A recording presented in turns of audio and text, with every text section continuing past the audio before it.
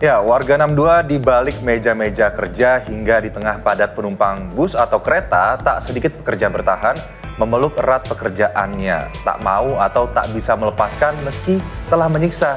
Ya, di tengah lesu pasar kerja dan biaya hidup yang tinggi, job hugging merebak jadi sebuah fenomena.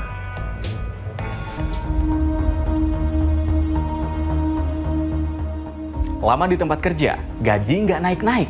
Masih di situ-situ aja, takut adaptasi di tempat yang baru. Hati-hati, job hugging tuh.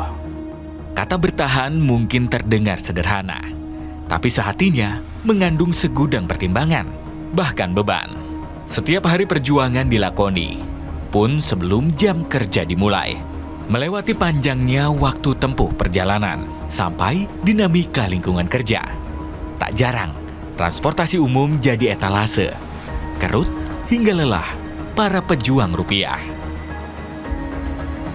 Di balik meja kerja yang tampak tenang ternyata menyimpan tekanan dan ketakutan tentang orang-orang yang memilih bertahan bukan karena mereka kuat, melainkan takut kehilangan pekerjaan. Fenomena ini disebut job hugging atau orang-orang yang memilih tinggal di pekerjaannya hanya karena mereka terlalu takut dan tidak memiliki pilihan.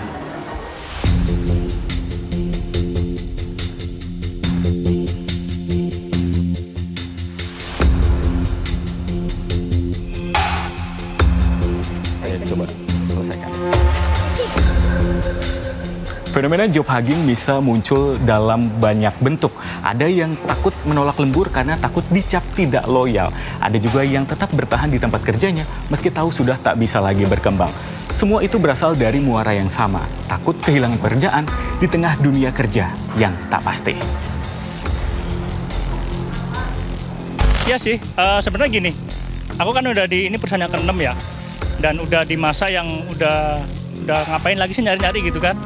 Ya udahlah betah gitu. Ya karena kan Indonesia ini untuk mencari pekerjaan tuh susah sekali ya Mas.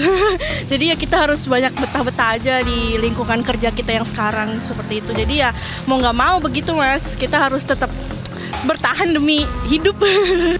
Butuh waktu juga buat nemu yang baru. Jadi emang di kondisi yang sekarang emang agak susah cari kerja dan mau nggak mau harus survive dan dibetah-betahin biar bisa bertahan hidup dulu.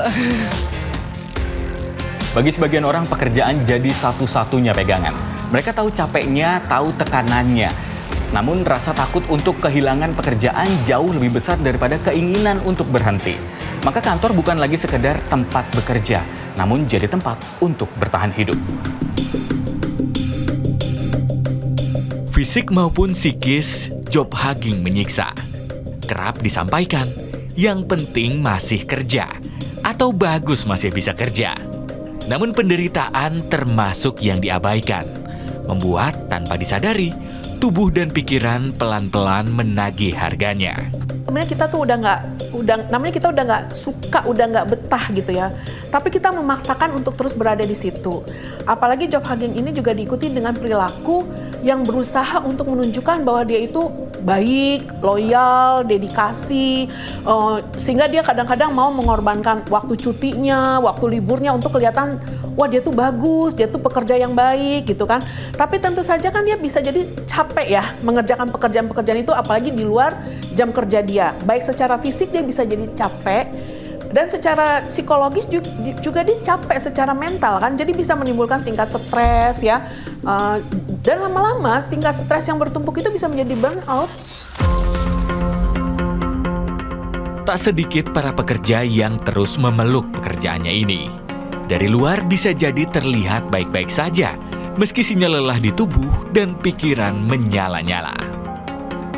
Tekanan mental dari job hugging seringkali tidak disadari oleh para pekerja. Badan jenuh, pikiran lelah, tapi dipaksa untuk terus berjalan.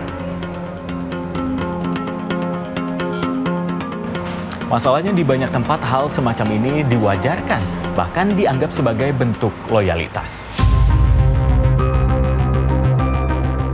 Di sisi lain, job hugging juga jadi cerminan dari kondisi sosial yang kompleks.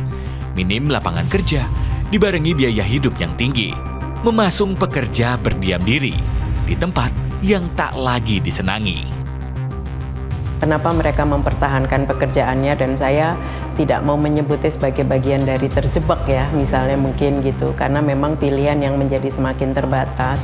Sebetulnya kan ada 3 hal yang membuat orang bertahan dengan pekerjaannya. Yang pertama, sebetulnya kita bicara tentang kesejahteraan gitu ya. Bisa jadi pekerjaan tersebut memberikan nilai material, saya nyebutnya seperti itu, nilai ekonomi yang memang memadai begitu ya. Di tengah sulitnya lapangan pekerjaan, mendapatkan pekerjaan dengan imbalan gitu ya yang cukup memadai dan dianggap layak itu bukan satu hal yang mudah.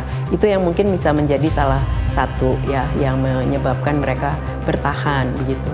Tapi ada juga orang-orang yang sebetulnya dari segi kesejahteraan atau imbalan tidak terlalu sebetulnya. Tapi mereka menyukai pekerjaannya karena ada dalam tanda kutip idealismenya mereka gitu, bisa tersalurkan melalui pekerjaan yang mereka lakukan ya. Mungkin kita harus bisa lihat ya model-model pekerjaan seperti apa, misalnya apakah karena banyak berhubungan dengan orang gitu ya, bisa melakukan upaya perubahan di masyarakat secara langsung maupun tidak langsung. Itu yang membuat dia bertahan meskipun imbalannya mungkin tidak terlalu besar gitu ya. Artinya hitung-hitungannya ya udahlah cukuplah gitu ya, meskipun tidak besar-besar sekali tapi menurut dia sudah gitu karena ada idealisme yang bisa disampaikan.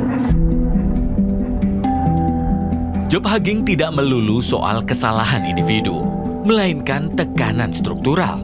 Faktanya fenomena ini terus bertumbuh dalam sunyi, di tengah riuh ruang-ruang kantor, di balik gemuruh pabrik, di depan layar-layar PC, dan laptop yang nyaris tak pernah padam. Dalam diam atas nama tak punya pilihan, tak ingin kehilangan sumber rezeki, atau juga semata tak berani. Sembari memeluk pekerjaannya, banyak jiwa pelan-pelan mati. Job hugging memang tampak seperti sebuah tanggung jawab. Tapi apa yang dipeluk erat-erat justru tidak jarang yang membuat kita sesak. Budaya kerja macam ini tak jarang membuat banyak pekerja lupa bahwa hidup bukan melulu soal pekerjaan. Adrian Ditya, Rio Pramasta melaporkan.